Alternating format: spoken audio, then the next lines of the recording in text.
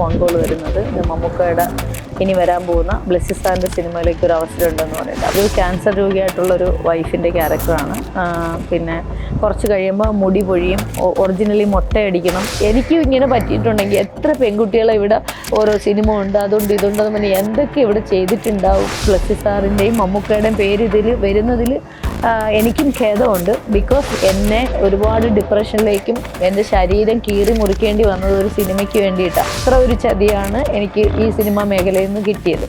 ഇതൊക്കെ കൊണ്ടാണ് ഇപ്പോൾ ഓരോ പെൺകുട്ടികൾ ഇവിടെ അനുഭവിക്കുന്ന മറ്റു കുട്ടികളൊക്കെ സെക്ഷലി ഉപയോഗിച്ചിട്ടുള്ള കുട്ടികളുണ്ട്. അപ്പോൾ അവരെയൊക്കെ നിങ്ങൾ പോയി കാണണ്ടേ, അങ്ങോട്ടല്ലേ വിളിക്കേണ്ടത്, നിങ്ങളെ തേടി വരണോ? അപ്പം നിങ്ങൾക്ക് ചില ആളുകളുടെ മാനത്തിന് പ്രത്യേക വലിയ തരം വിലയും, പിന്നെ സാധാരണക്കാരായ ഇവിടുത്തെ പാവപ്പെട്ട കുടുംബത്തിൽ നിന്ന് വരുന്ന കുട്ടികൾക്കും തുടക്കക്കാരായിട്ടുള്ള ആർട്ടിസ്റ്റുകൾക്കും ഒക്കെ രണ്ടു തരം മാനത്തിന് വില അങ്ങനെ ഉണ്ടോ മാഡം? എനിക്ക് അറിഞ്ഞുകൂടാ.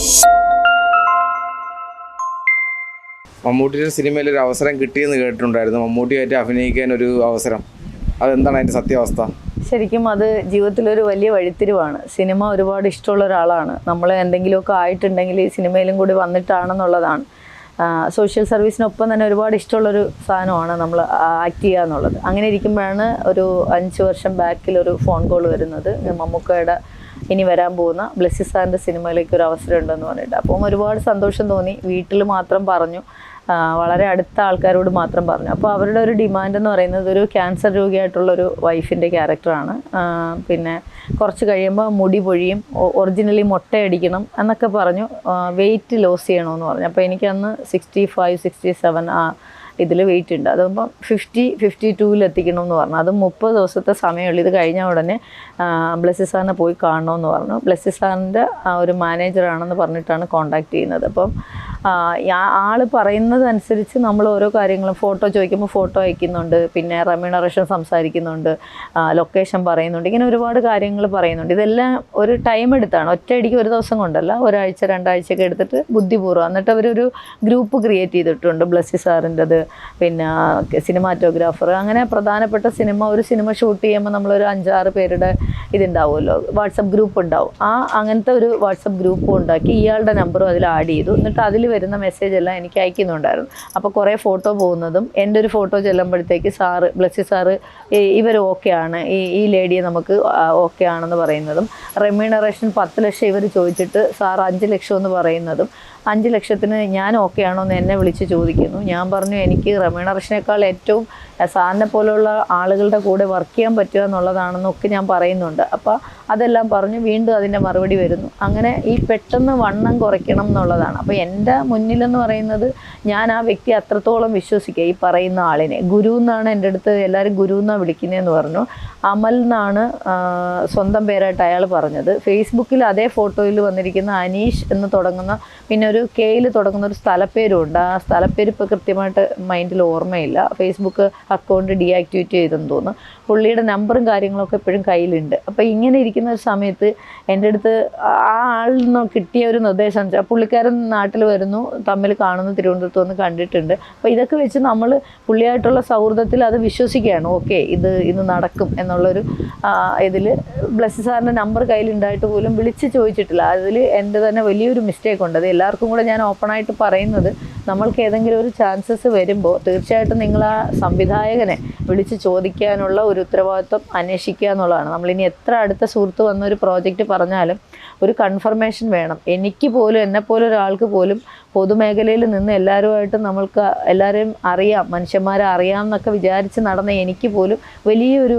തിരിച്ചടിയായിരുന്നു അയാളുടെ ഈ ഒരു ചീറ്റിംഗ് എന്നിലേക്ക് വന്നത്. അപ്പോൾ അദ്ദേഹത്തിൻ്റെ വിശ്വാസത്തിൽ ഞാൻ എന്ത് ചെയ്തു, എൻ്റെ ശരീരഭാരം കുറയ്ക്കാൻ വേണ്ടി പെട്ടെന്ന് വണ്ണം കുറയാൻ വേറെ ഓപ്ഷനില്ല, സർജറിയിലേക്ക് പോയി.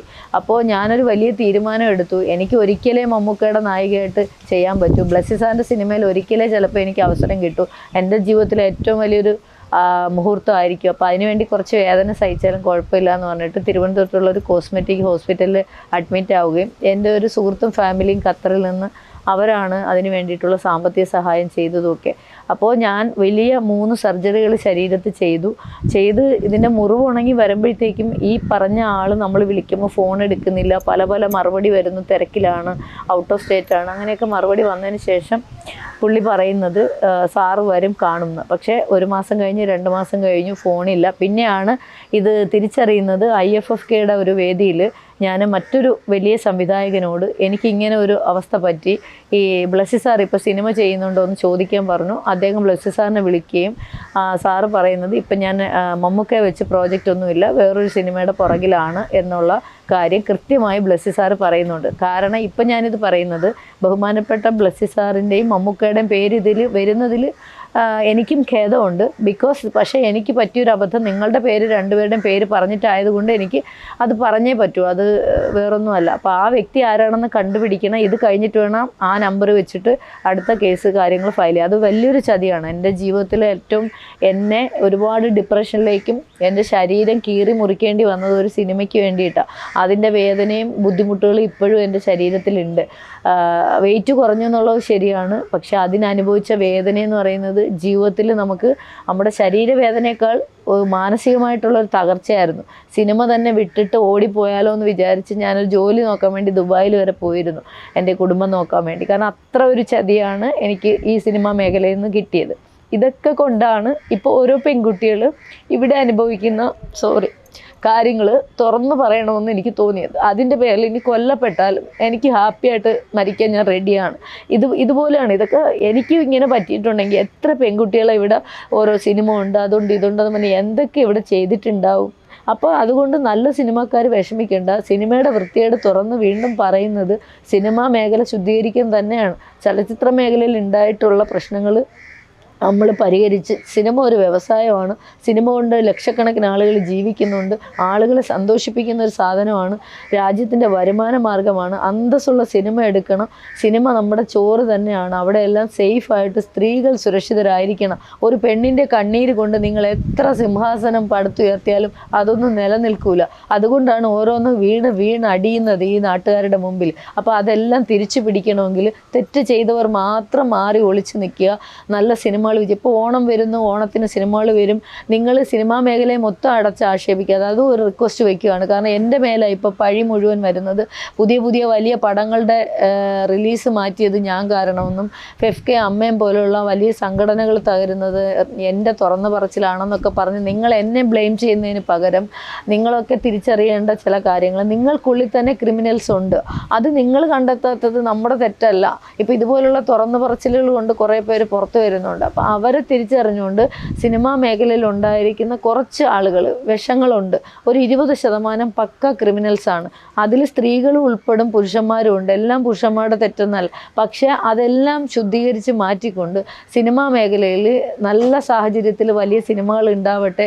നല്ല ആൾക്കാർക്ക് ഇത് കാരണം എന്തെങ്കിലും ബുദ്ധിമുട്ടുണ്ടായാലും എല്ലാവരോടും ഞാൻ മാപ്പ് ചോദിക്കുന്നു. കാരണം സിനിമാ മേഖലയിലെ പലരും വിളിച്ചിട്ട് ഈ തുറന്നു പറച്ചിൽ കാരണം അവർക്ക് അടുത്ത സിനിമ കിട്ടുന്നില്ല, സിനിമാ വ്യവസായം നിന്നുപോയി, ഇങ്ങനെയൊക്കെ പറയുന്നുണ്ട്. അവരോടൊക്കെ നിങ്ങളൊന്ന് ആലോചിക്കാനുള്ളത്, നിങ്ങൾക്കുണ്ടാവുന്ന ചാൻസസും പണവും മാത്രമാണ്, ഫെയിമും മാത്രമാണ് നിങ്ങളുടെയൊക്കെ മുന്നിലുള്ളത്. അങ്ങനെ ഒരുപാട് പെൺകുട്ടികളുടെ മാനത്തിന് വില പറഞ്ഞുകൊണ്ട് സിനിമാ വ്യവസായത്തിൽ നിങ്ങൾക്ക് നേട്ടങ്ങളുണ്ടാവും. എത്രയോ കുടുംബങ്ങൾ കണ്ണീരിലുണ്ടാവും. ഈ തുറന്നു പറച്ചിലൂടെ ഇനി അത് ഉണ്ടാകാതിരിക്കുകയല്ലേ ചെയ്യുന്നത്. അപ്പോൾ നമ്മുടെ നാടിന് കുറച്ച് നല്ല കാര്യങ്ങളാണ് ഇതുവഴി. ഇപ്പം കുറച്ച് ബുദ്ധിമുട്ടുണ്ടാവും എല്ലാവർക്കും, ഇത് കടന്നു പോകാൻ കുറച്ച് ബുദ്ധിമുട്ടുണ്ടാകും. കേസും കാര്യങ്ങളും തുറന്നു പറച്ചിലും എല്ലാവരുടെ ഫാമിലി അഫക്റ്റ് ചെയ്തിട്ടുണ്ട്. നിങ്ങൾ സെലിബ്രിറ്റി സ്റ്റാർഡത്തിൽ ജീവിക്കുന്ന ആളുകളെ പോലെയുള്ള ഇത് നമുക്കും ഉണ്ട്. ഇത് തുറന്നു പറയുന്ന ആളുകൾക്ക് ഫാമിലി ഉണ്ട്, അവരെ അഫക്റ്റ് ചെയ്യുന്നുണ്ട്. അപ്പോൾ ഇത്തരം കാര്യങ്ങൾ ഇനി അങ്ങോട്ട് ഉണ്ടാകാതിരിക്കാൻ ഈ ഒരു ശുദ്ധീകരണ പ്രക്രിയ നല്ലതാണ്. എന്തുകൊണ്ട്? പിന്നെ വലിയ സിനിമാ സംഘടനയിലെ സ്ത്രീകൾക്കൊക്കെ കൂട്ടായ്മ ഉണ്ടായിരുന്നു.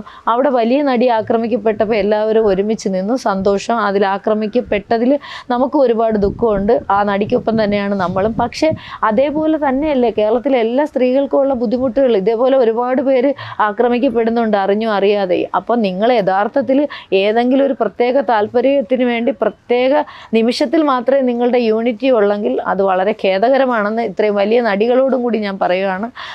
നിങ്ങൾ ആരൊക്കെയോ വേറൊരു നടി പറയുന്ന കേട്ടു, ഈ പിന്നെ വലിയൊരു സിനിമാ സംഘടനയുടെ ഒരു നടിയുടെ ഇൻ്റർവ്യൂ ജസ്റ്റ് ഞാൻ കേട്ടിരുന്നു. ഒന്നും നഷ്ടപ്പെടാനില്ലാത്തവർ ഇത്രയും ധൈര്യപൂർവ്വം വന്ന് പറയുന്നത് അതൊന്നും നമുക്ക് പറയാനില്ല, നമ്മൾക്ക് അത് കേട്ടിരിക്കാനേ പറ്റുള്ളൂ. അപ്പം നിങ്ങൾക്ക് ഇപ്പം എൻ്റെ മുമ്പിലൊരു മറ്റേ ഇരയാക്കപ്പെട്ട വേറൊരു പെൺകുട്ടി വന്നല്ലോ, സിദ്ദീഖ് സാറിൻ്റെ ഒരു കേസ് പറഞ്ഞു വന്ന ഒരു പെൺകുട്ടി. ആ പെൺകുട്ടിക്ക് അവൾ ചെറുപ്പമാണ്. എൻ്റെ അറിവിൽ ആ കുട്ടി കല്യാണം പോലും കഴിച്ചിട്ടില്ല. അവളെ വളരെ ചെറുപ്പത്തിലാണ് അവൾക്ക് ഇത്ര അനുഭവങ്ങളിലൂടെ കടന്നു പോകുന്നത്. ആ കുട്ടി കടന്നു പോകുന്ന ഒരു ട്രോമയുണ്ട് നമ്മുടെ നെഞ്ചിലേക്ക്. കേരളത്തിനെ നോക്കിയാണ് ആ കുട്ടി ഈ കാര്യങ്ങളൊക്കെ പറയുന്നത്. അങ്ങനെ എത്ര പെൺകുട്ടികൾ പറയാത്തതുകൊണ്ട് പിന്നെയും വന്നിരുന്നു അലിഗേഷൻസ്, ചെറിയ കുട്ടികൾ. അപ്പോൾ അവരൊക്കെ ജീവിതം നിങ്ങൾ ഈ സ്റ്റേറ്റ്മെൻറ്റ് പറഞ്ഞ സ്ത്രീക്ക് എനിക്ക് തോന്നുന്നത് ആ ലേഡിക്ക് 50 വയസ്സിന് മേൽ 55 വയസ്സിനകത്ത് പ്രായമുള്ള ഒരു സ്ത്രീ ആയിരിക്കണം. അത്രയും പ്രായമുള്ള ഒരു ലേഡി തന്നെ പറയുകയാണ്, ഇപ്പം വന്ന് തുറന്ന് പറയുന്നവരുടെയൊക്കെ ജീവിതം അവർ എല്ലാം നഷ്ടപ്പെടാൻ തീരുമാനിച്ച് അവരുടെ ജീവിതം തീർന്നു എന്ന് കരുതി വന്നതാണെന്ന്. അങ്ങനെയല്ല മാഡം, എല്ലാവർക്കും ജീവിതമുണ്ട്. അതിൽ പ്രായഭേദമന്യേ പുതിയ തുടക്കക്കാരായ ആളുകൾ, ചെറിയ കുട്ടികളുമുണ്ട്, നമ്മളെപ്പോലെ കുറച്ചുകൂടി പക്വതയുള്ള ആളുകളുമുണ്ട്. നമ്മളെയൊക്കെ ജീവിതം തീരെഴുതി കൊടുത്തു, ഇനിയെല്ലാം പറയാം, മരിക്കാൻ തയ്യാറായിട്ട് വന്നു എന്നുള്ള ലെവലിൽ നിങ്ങൾ തന്നെ ചിത്രീകരിക്കുമ്പോൾ അതിലൊരു വൈരുദ്ധ്യം തോന്നുന്നുണ്ട്. നിങ്ങൾ കൈപിടിച്ച് ചേർത്തിന് ജൂനിയർ ആർട്ടിസ്റ്റുകൾക്ക് സംഘടന ശക്തമായിട്ടില്ല, അതിന് നിങ്ങളെന്തെങ്കിലും ചെയ്യുമെന്നുള്ളതിൽ അങ്ങനെ പറയുന്നില്ല. നിങ്ങളെ വന്ന് കണ്ടാൽ നിങ്ങൾ സഹായിക്കുന്നൊരു സ്റ്റേറ്റ്മെൻറ്റ് കണ്ടു. പക്ഷേ ഇപ്പോൾ വനിതാ കമ്മീഷൻ പോലെ അല്ലെങ്കിൽ ഇത്തരം കാര്യങ്ങൾ ഇടപെടുന്ന ആളുകൾ ഒരു ബുദ്ധിമുട്ട് ഒരു സ്ത്രീ വന്ന് പബ്ലിക്കായിട്ട് പറയുമ്പോൾ നിങ്ങളെയും കൂടെ വീണ്ടും വന്ന് കാല് പിടിക്കുന്നതിന് പകരം നിങ്ങൾ അങ്ങോട്ടല്ലേ ചെല്ലേണ്ടത്. നിങ്ങളൊരു ഫോൺ കോളിലൂടെ എത്രയോ പത്രമാധ്യമങ്ങൾക്ക് നമ്മളുടെയൊക്കെ നമ്പറുകളുണ്ട്, ഇരയാക്കപ്പെട്ട എന്നെപ്പോലെ എത്രയോ പീഡിപ്പിക്കപ്പെട്ട കുട്ടികളുണ്ട്. നമ്മളെയൊക്കെ ജസ്റ്റ് ടച്ച് ചെയ്തിട്ടേ ഉള്ളൂ. പക്ഷേ അല്ലാതെ തന്നെയും ഇപ്പോൾ എന്താ പറയുക, അബ്യൂസ് ചെയ്യാൻ ട്രൈ ചെയ്തിട്ടുള്ളൂ. മറ്റു കുട്ടികളൊക്കെ സെക്ഷലി ഉപയോഗിച്ചിട്ടുള്ള കുട്ടികളുണ്ട്. അപ്പോൾ അവരെയൊക്കെ നിങ്ങൾ പോയി കാണണ്ടേ, അങ്ങോട്ടല്ലേ വിളിക്കേണ്ടത്, നിങ്ങളെ തേടി വരണോ? അപ്പം നിങ്ങൾക്ക് ചില ആളുകളുടെ മാനത്തിന് പ്രത്യേക വലിയ തരം വിലയും, പിന്നെ സാധാരണക്കാരായ ഇവിടുത്തെ പാവപ്പെട്ട കുടുംബത്തിൽ നിന്ന് വരുന്ന കുട്ടികൾക്കും തുടക്കക്കാരായിട്ടുള്ള ആർട്ടിസ്റ്റുകൾക്കും ഒക്കെ രണ്ട് തരം മാനത്തിന് വില അങ്ങനെ ഉണ്ടോ മാഡം? എനിക്ക് അറിഞ്ഞുകൂടാ. അങ്ങനെ ഉണ്ടെങ്കിൽ നിങ്ങളുടെ ചിന്താധാരയുടെ കുഴപ്പമാണ്, അത് മാറ്റണം. സ്ത്രീ സമൂഹത്തിൻ്റെ അന്തസ്സ് ഒന്നേ ഉള്ളൂ. അതിനുവേണ്ടി എല്ലാവരും കൂടെ ഒരുമിച്ച് നിൽക്കുക.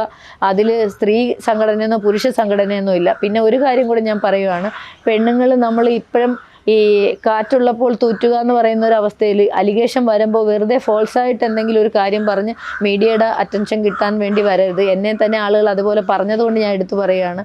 വെറുതെ ഒരു ആരോപണം ഉന്നയിച്ച് ഒരാളെ നിങ്ങൾ അവരുടെ ജീവിതം കളയരുത്. ശക്തമായ സ്റ്റേറ്റ്മെൻറ്റ് നിങ്ങൾക്ക് അനുഭവപ്പെട്ടിട്ടുണ്ടെങ്കിൽ മാത്രം പറയുന്ന വാക്കിൽ ഉറച്ചു നിൽക്കുക.